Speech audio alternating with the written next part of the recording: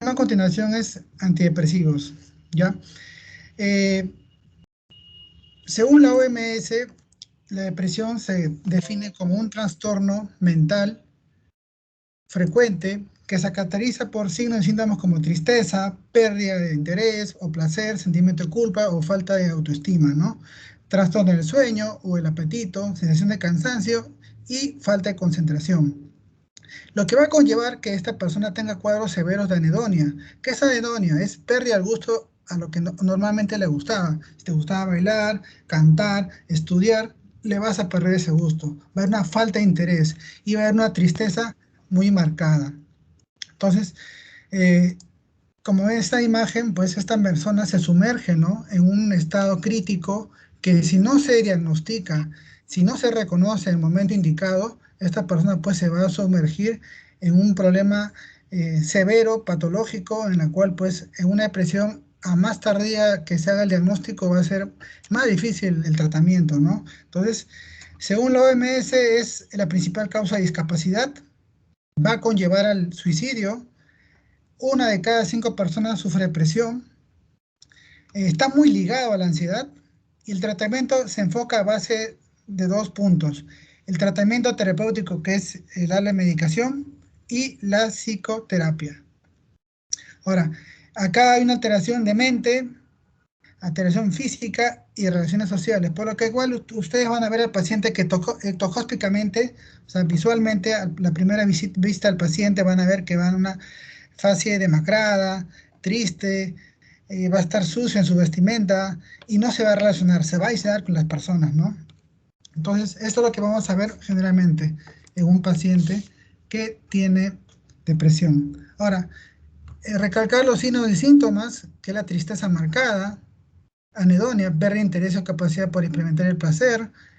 Va a haber cambios, pues, tendencia a los trastornos alimentarios, cambio de peso y apetito. Va a haber trastorno del sueño, va a tener tendencia a inversión del sueño, va a tener, no va a poder dormir las noches, va a tener lo que es sensación de fatiga, va a ir muy cansado, va a haber agitación en el enlentecimiento psicomotora, en los movimientos, va a haber un sentimiento de culpa e inutilidad. Todo lo que pase, él tiene la culpa, él no puede aportar en nada. Tiene una disminución en la capacidad de concentración, eso se va a ver, por ejemplo, en rendimiento académico. Un alumno que esté deprimido no se va a poder concentrar, no va a poder rendir académicamente y por ende no va a poder aprobar los cursos. Y van a haber pensamientos recurrentes de muerte, ya sea contándole a otras personas o propios, ¿no? Que obviamente van a intentar una y otra vez a suicidarse, ¿no? Entonces, obviamente en estos tiempos, suicidarse tú lo puedes ver en internet, tutorial, cómo poder suicidar y van a aparecer 1000 causas. Entonces, van poco a poco induciendo y van aprendiendo y van hasta que lleguen al suicidio, ¿no? Ahora, cuál es la primera causa social involuntaria de automedicación? ¿Qué es lo que hace, que hace el alcohol? Te exacerba, ¿no? En un primer momento. Entonces, algo que involuntariamente hacen los muchachos o los jóvenes o los mayores es que comienzan a tomar. Entonces, esas personas calladas, introvertidas, esas personas que son intranquilas, que mueven las piernas, que se comen los pellejitos de la mano, esas personas netamente van a comenzar a experimentar y van a tratar de revertir con una medicación involuntaria que es básicamente el alcohol, ¿no? Entonces, esas personas que un vaso, 2 vasos, 3 vasos se extrovierten y obviamente pues van a llenar ese vacío en el cual esas personas pues estaban deprimidas. Entonces, ¿esto va a pasar? ¿Qué pasa con el alcohol? El alcohol llega al hígado, el hígado que se forma el acetildehído y esto llega al cerebro. Y esto consume o quema la poca cantidad de serotonina que tiene la persona y esto va a causar más depresión. Entonces, esto va a causar que haya un círculo vicioso en el cual la persona el otro día, ¿qué va a querer hacer? Va a querer seguir tomando y tomando y tomando. Entonces, aquí hay que hacer un diagnóstico diferencial. Muchas veces antes de tratar el alcoholismo, ¿qué se tiene que tratar? La depresión. ¿Qué van a encontrar una persona que está deprimida? Es la somatización. Esa persona físicamente está bien, pero su cerebro va a mandar señales como para que de repente tengan ciertos signos y síntomas específicos. Dolor en epigastrio, tipo ardor, reflujo. Tú vas al médico, ¿qué es? Gastritis, ¿no? Entonces, pero no. tú lo evalúas, incluso le haces una endoscopía y obviamente esa persona vuelve a a la semana con los mismos síntomas o con otros síntomas. Entonces, ya te das cuenta pues que esa persona pues, físicamente no tiene nada, pero la somatización es que esa persona cree que sí tiene eso. Entonces, lo más óptimo es que tú lo derives pues al consultorio de psicología, ¿no? Obviamente, pues si tú lo derivas al psiquiatra, pues nadie va a querer ir en primera instancia. Simplemente nunca más aparece en consultorio o simplemente no se trata. Entonces hay que ir con mucho tino. Ahora, según el Velázquez, el origen es desconocido, tiene un componente genético, hay un 35% de riesgo de padecer la enfermedad, pero posiblemente multigenéticamente hablando, ya, y se desencadena ante una influencia o un estímulo ambiental. En este caso puede ser estrés, puede ser los estudios, el consumo de drogas o de repente también maltrato infantil, ¿no? Entonces, eso va a depender de cada persona. ¿Por qué les digo? Porque no todas las personas afrontan de la misma manera. Porque así como hay un umbral del dolor, hay un umbral de estrés. Hay personas que manejan más estrés, que están acostumbradas al estrés, como otras personas que no. Correspondiendo a lo que es la hipótesis, que son las teorías de las monoaminas, ¿no? ¿Qué pasa? Que de acuerdo al déficit de la serotonina, la noradrenalina y la dopamina, va a girar el tratamiento, porque este déficit de estos neurotransmisores va a conllevar a la depresión. Y aquí para que se den cuenta, esto que está acá, como son los receptores, esta es una neurona deprimida, estos son los neurotransmisores o sustratos o serotoninas, ¿ya? Entonces, ¿qué va a pasar? Que cuando estos sustratos están muy bajos, cuando estos sustratos están altos, va a haber felicidad. Cuando estos receptores van a, van a estar aumentados, entonces va a causar tristeza. Entonces, lo ideal es tratar de equilibrar esto para que haya la mayor cantidad de sustratos, en este caso serotoninas, y disminuya la cantidad ¿de qué? De receptores. En primera instancia, en esta imagen estamos viendo cómo hay una cantidad excesiva de receptores y hay poca cantidad de neurotransmisores, ¿no? De sustratos o serotonina, ¿no? Y que poco a poco esto se va equilibrando con el tratamiento farmacológico, ¿no? Entonces, aquí vamos a ver que ya acá en esta imagen ya que va a haber más serotonina, más sustrato y van a ver que menos receptores. Pero esto no acaba acá. Esto va más allá de la biología molecular, ya que el tratamiento farmacológico llega hasta la expresión mínima de la genética. Entonces, ¿qué va a pasar? Que entonces se va a regular los receptores, va a haber una nueva síntesis de serotonina y va a haber un incremento del BDNF. ¿Qué es el BDNF? Es el factor neurotrófico derivado del cerebro. ¿Y esto qué va a hacer? Va a hacer que se regenere a nivel de dendritas y espinas sinápticas. Entonces las neuronas se van a regenerar. Entonces, aquí vamos a ver, o se regenera o hay apoyo del BDNF, ¿ya? Entonces va a haber formación de dendritas y espinas sinápticas y se revierte la depresión, ¿ya? O llega una apoptosis cuando no hay una BDNF. Ahora, doctor, la pregunta, ¿se cura la depresión? Dependiendo de la persona, dependiendo del estadio de diagnóstico. No todas las personas se, se curan. Es una enfermedad ondulante, en el mejor de los casos, ¿no?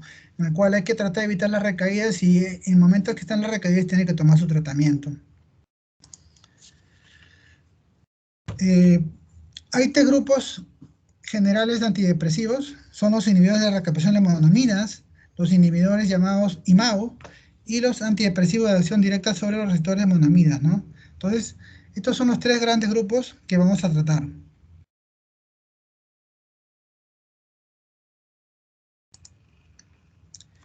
Inhibidores de la recaptación de las monoaminas. Eh, lo importante acá es básicamente es que requiere por lo menos 2 semanas para cada efecto. Por eso que es importante que al paciente se le explique, ¿no? Que esto dura un tiempo. Entonces se sugiere darle una titulación. ¿Qué titulación? Darle una medicación progresiva. Darle un cuarto de tableta la primera semana, media tableta la segunda semana, 3 cuartos la tercera semana y una tableta la cuarta semana, ¿no? Entonces es poco a poco, ¿no? Entonces presenta una afinidad por varios transportores de las monoaminas como la noradrenalina, la serotonina, la dopamina Y básicamente lo importante es que requieren 2 semanas para que se pueda instaurar el medicamento en el cuerpo, ¿no? Aquí vamos a ver dos grandes grupos, los de primera generación llamadas tricíclicos, donde el medicamento estándar es la mitriptilina, y los de segunda generación, que tiene selectividad por la recaptación de la serotonina, que vamos a ver cómo son la fluoxetina y la sertralina, ¿no? Entonces, aquí vamos a ver la mitriptilina. Entonces, aquí vamos a ver, tiene selectividad importante al transportar la adrenalina, como la mencioné, mientras que otros inhiben la regulación tanto de la adrenalina como la serotonina como similar potencia, como la triptilina. Entonces, aquí pues hablando de la mitriptilina, se usa mayormente en pacientes deprimidos, pero que obviamente tiene efectos adversos como estreñimiento, retención urinar y hipotensión ortostática. Entonces, en pacientes adultos mayores en las cuales tienen tendencia a tener un síndrome de dismovilidad, que no pueden movilizarse bien, tú le das la mitriptilina y lo que vas a hacer es que al momento de pararse, más su síndrome de dismovilidad, se van a caer. Entonces van a ser pacientes que van a llegar a emergencia por fractura de cadera o también por traumatismo encefalocraniano, ¿no? Entonces, ¿cuál es lo importante de la mitriptilina? Que se usa como coadyuvante analgésico en el caso de diagnósticos o tratamientos de mialgia y fibromialgia. Entonces, lo malo de la mitriptilina que es, de nuevo recalcar, que te va a producir un aletargamiento en la persona. Aquí tenemos el de segunda generación, que vamos a ver entre la fluoxetina y la sertralina, en la cual pues obviamente lo bueno de la sertralina es que va a tener un efecto ansiolítico. Entonces, te he explicado que la depresión tiene que ver con ansiedad. Entonces, en estas personas pues eh, este efecto ansiolítico va a ayudar, ¿no? Entonces, es muy importante. Ahora, la fluoxetina no se utiliza, cuando salió se le llamó la pastilla de la felicidad, porque producía cambios inmediatos, e incluso ya lo utilizaban de otra manera, tomándose 4 o 5 pastillas y combinándolas con alcohol, lo exacerbaba, los excitaba a las personas. Entonces, la fluoxetina mayormente se toma en segunda instancia, ¿no? Cuando ya no te hace efecto la sertralina, recién tomas la fluoxetina. Aparte de que para la titulación puede ser un poco difícil. Por ejemplo, mayormente es en cápsulas, ¿no? Y para medir las capsulitas, los granitos, es un poco difícil, ¿no? Ahora, la fluoxetina tampoco no se utiliza porque no se utiliza en obesidad, ni en nutrición, ni en problemas alimentarios, ¿no? Entonces hay que tener mucho en cuenta y pues dependiendo si es un paciente que es ansiolítico, de repente utilizar la sertralina, ¿no? Ahora, hay fármacos de acción mixta como la venlafaxina, la duloxefina y la imilaxipam, ¿no? Entonces, estos medicamentos de segunda generación se tratan como fármacos de similar eficacia terapéutica a los antidepresivos tricíclicos, pero son más seguros. Son de nueva generación, son una generación mejorada, en pocas palabras, ¿no? Dentro de los efectos adversos está la taquicardia sinusal, les mencionaba la hipertensión ortostática, son personas que al pararse o sentarse sienten mareos porque el corazón no bombea tan rápidamente o no llega la sangre al cerebro, tiene acciones antimuscarínicas como la sequedad de boca, retención urinaria, visión borrosa, estreñimiento, también produce sedación, va un incremento o baja de peso, por eso les decía que la fluoxetina no se utiliza en personas que son obesas o desnutridas o con problemas alimentarios, produce náuseas y alteraciones de motilidad intestinal, el metabolismo es más lento, alteraciones del sueño, temblor y sintomatología extracriminal, disminución sexual, va a impotencia, reducción de eyaculación y no va a tener orgasmos, ¿no? También va a tener sangrado gastrointestinal y hemorragias cerebrales. Con respecto a los inhibidores de la monoaminoxidasa, los llamados IMAO, actualmente no se utiliza mucho por los efectos adversos, ¿ya? Básicamente es una enzima que regula la degradación metabólica también de la serotonina, noradrenalina y dopamina en el sistema nervioso. Existen dos tipos, los MAO-A, que tienen una afinidad por la noradrenalina y la serotonina, y los MAO-B, que tienen una afinidad por la dopamina. Aquí, pues, como les digo, su eficacia es similar a los tricíclicos, pero las interacciones que han quedado arregladas por segunda o tercera alternativa, porque tiene muchos efectos secundarios. Entonces, por los efectos adversos no se utiliza mucho, ¿ya? Entonces, efectos adversos, pues, en una persona que es hipertensa, pues te va a elevar la presión, no se utiliza.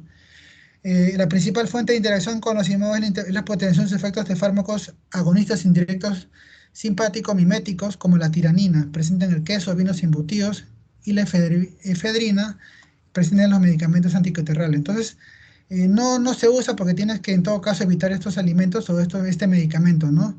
Entonces, algunos antibióticos como la linezolida posee inhibidor, tiene un potencial inhibidor del MAO. Entonces, por eso, y los efectos secundarios que estoy mencionando, no se utiliza mucho la mocloberidina, ¿no? Ahora, entre el tercer grupo, que son los antidepresivos de acción directa, entonces, sobre los receptores de monaminas, también llamadas IRSA, porque inhiben la recaptación de la serotonina. Entonces, aquí vamos a ver que el medicamento que mayormente se puede manejar, pues están tanto la mirtazapina como la trazodona. ¿Por qué? Porque también se utiliza porque se puede, aparte de la depresión, te ayuda con la ansiedad generalizada y sobre todo porque en personas jóvenes no te disminuye el líbido. Entonces, estas personas, depresión en un joven, en un estudiante, ¿podrías utilizar la mirtazapina o utilizarías de repente la mitriptilina? Entonces yo creo que sí, la mirtazapina, ¿no? Entonces no disminuye. Y también en pacientes que son nauseosos, pacientes que tienen polifarmacia, que tienen gastritis, entonces también le puedes dar la mirtazapina, ¿no? Y también porque también en el caso que tengan personas con alteraciones del sueño, la inversión del sueño, del hábito del sueño, en la cual pues obviamente tú le puedes dar la mirtazapina porque también te produce el sueño, igual que la trazodona, ¿no? Se utilizan como potenciador de medicamentos que inducen al sueño, ¿no?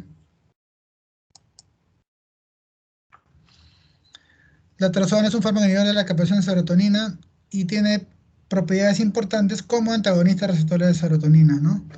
Entonces también es un importante ansiolítico y se utiliza en la prescripción cuando hay insomnio. A excepción de los antidepresivos tricíclicos, no tiene efectos antimuscarínicos. Y aquí la mirtazapina, ¿no? Que ya les mencioné, ¿no? Que la ganancia de peso es un importante efecto secundario en estos fármacos, ¿no? Que es a lo que va en contra, ¿no? Pero aquí básicamente ayuda, pues, ¿no? Ayuda más rápidamente en el caso de inhibidores de la recaptación a los MAO, ¿no?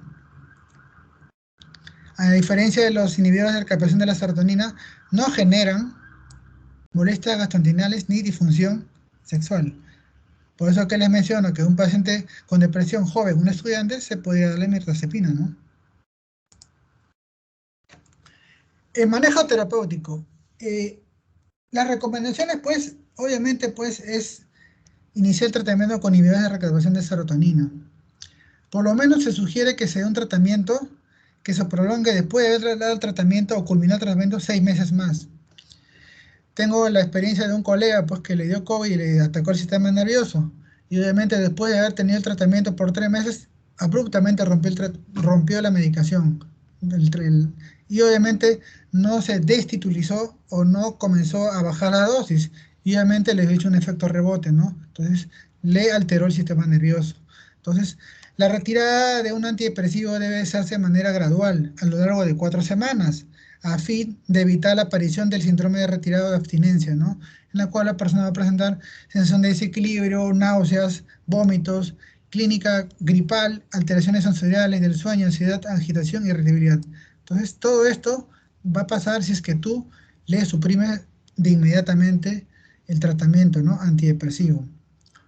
Ahora, en niños y adolescentes, el cuerpo aún puede generar lo que es lo que es la dopamina. Entonces, aquí qué pasa, ¿no? Que se sugiere que en niños y adolescentes no se dé.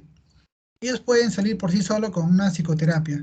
Se recomienda que no se dé el tratamiento, a excepción que el psiquiatra pues vea que ya pues se tiene que prescribir, ¿no? En mujeres gestantes, a raíz que puede sobrepasar la barrera hematoencefálica, se sugiere que no. Al César lo del César. En este caso puede ser que tiene que consultar al ginecólogo, ¿no?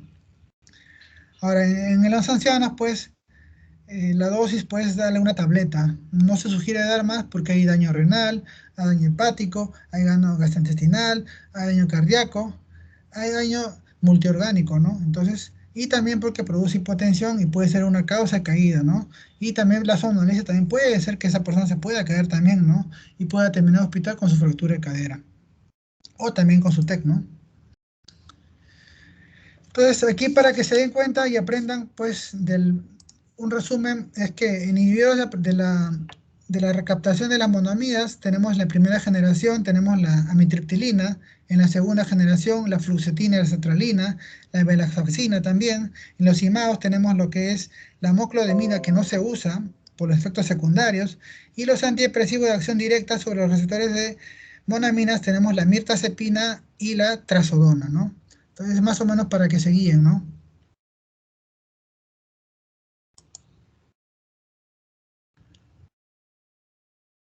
Bueno, eso sería todo. ¿Alguna pregunta?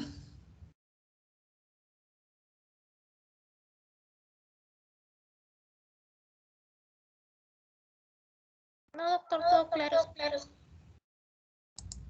Ya, bueno, por cuestión de tiempo no voy a hacer el ejercicio que hice el año pasado. Si pueden encontrar la misma clase, pueden ver los ejercicios que les hice, ¿no? Entonces, avanzamos con el siguiente tema.